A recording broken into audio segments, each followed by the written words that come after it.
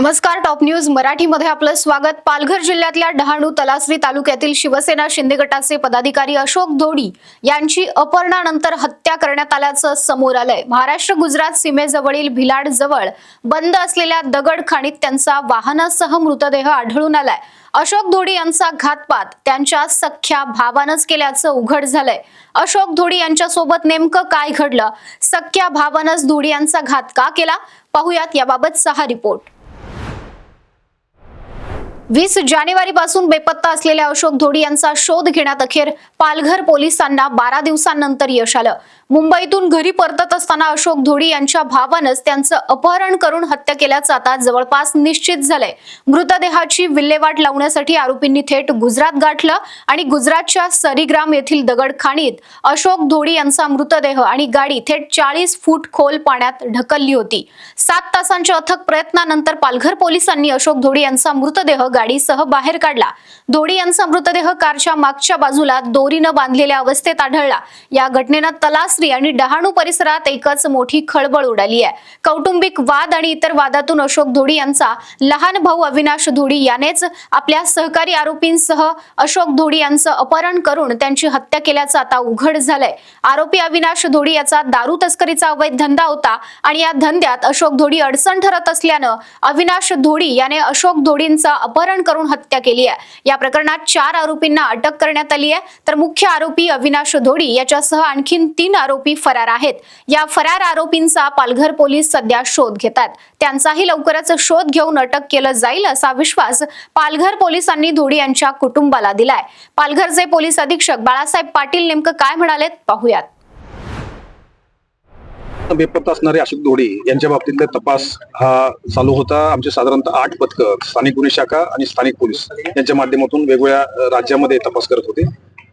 तांत्रिक तपासाच्या आधारावर आणि जे 4 आरोपी आम्ही अटक केलेले आहेत ते प्रत्यक्षदर्शी त्या ठिकाणी होते, त्या गुन्ह्यामध्ये सहभागी होते आणि या गुन्ह्यामध्ये सहभागी असल्यामुळे त्यांनी जी माहिती दिली त्याच्या आधारावर भिलाडमध्ये एका स्टोन क्वॅरीमधून 40-45 फूट पाण्यामधून हे वाहन काढलेलं आहे।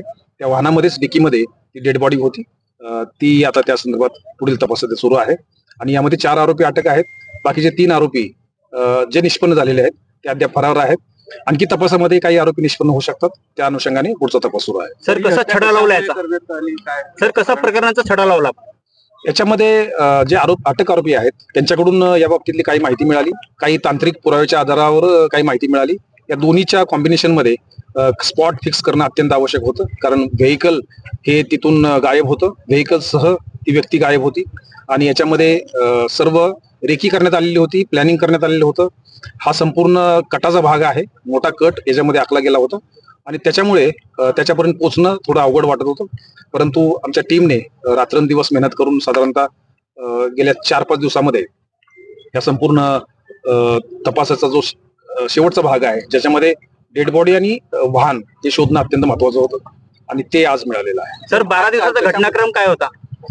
साधारणतः मिशिंगची तक्रार त्यांनी दिलेली होती। याच्यामध्ये त्यांचे वडील मिशिंग आहेत अशा स्वरूपाची तक्रार होती। त्यानंतर आम्ही अपहरणाची तक्रार दाखल करण्यात आली आणि याच्यामध्ये अपहरण दाखल केल्यानंतर खऱ्या अर्थाने यामध्ये वेगवेगळ्या पैलूवर अभ्यास केला गेला आणि याच्यामध्ये जे त्यांचे दुश्मन होते, त्यांच्या शक्यता होती, याच्या बाबतीतली नावं समोर आली। त्यांच्या बाबतीत जे तांत्रिक पुरावे होते याच्यावर तपास केला गेला आणि त्याच्या आधारावर काही लोकांना अटक केलं आणि खऱ्या अर्थाने त्यांना अटक केल्यानंतर या तपासाला खरी चालना मिळाली आणि त्याच्या आधारावर आतापर्यंत तपास सुरू आहे। पुढील शेवटच्या टप्प्यातला तपास आता राहिलेला आहे, त्याच्यामध्ये सुद्धा आमचे पथकं सध्या लावण्यात आलेले आहे। सर, अपहरण आणि हत्येचं कारण काही समजू शकतंय का? तो अपहरण करण्याचा जो मुख्य सूत्रधार आहे तो सक्का भाऊ आहे, जो मयत आहेत त्यांचे सख्खे भाऊ आहेत। त्यांचे घरगुती वाद पण होते, त्यांचे वादाचे वेगवेगळे कांगोरे आहेत, परंतु आरोपी अटक झाल्यानंतर खऱ्या अर्थाने या तपासामध्ये नक्की कोणती कारणं आहेत की ज्याच्यामुळे हे संपूर्ण कट आखावा लागला याविषयीची माहिती मिळू शकते। धन्यवाद। बॉलिवूड आणि टॉलिवूड मध्ये गाजलेल्या दृश्यम चित्रपटाच्या कथेसारखीच ही रिअल लाईफ स्टोरी घडली आहे। 12 दिवसांपासून सुरू असलेला अशोक धोडी यांचा संपूर्ण शोध गुजरात मधल्या दगडखाणीत येऊन संपला। अमानुषपणे त्यांची हत्या करून त्यांच्याच गाडीत त्यांचा मृतदेह ठेवून या गाडीची विल्हेवाट लावण्याचा प्रयत्न झाला, मात्र अखेर ही गाडी सापडली आणि अशोक धोडी यांच्या मृत्यूचं गूढही उलगडलं। आता या प्रकरणामध्ये 4 आरोपी पोलिसांच्या अटकेत आहेत, मात्र या प्रकरणामधला मुख्य आरोपी असलेला अशोक धोडी यांचा सख्खा भाऊ अविनाश धोडी हा पोलिसांच्या ताब्यात असतानाच पोलिसांच्या हातावर तुरी देऊन पसार झाला। त्यामुळे त्याला शोधण्याचं मोठं आव्हान आता पोलिसांपुढे असणार आहे। त्यामुळेच पोलिसांना अशोक धोडी यांचा भाऊ आणि मारेकरी असलेल्या अविनाश धोडीला शोधण्यात कधी यश येतं हे पाहणं महत्त्वाचं असणार आहे। कॅमेरा पर्सन निलेश सह समृद्धी जाधव, टॉप न्यूज मराठी, पुणे।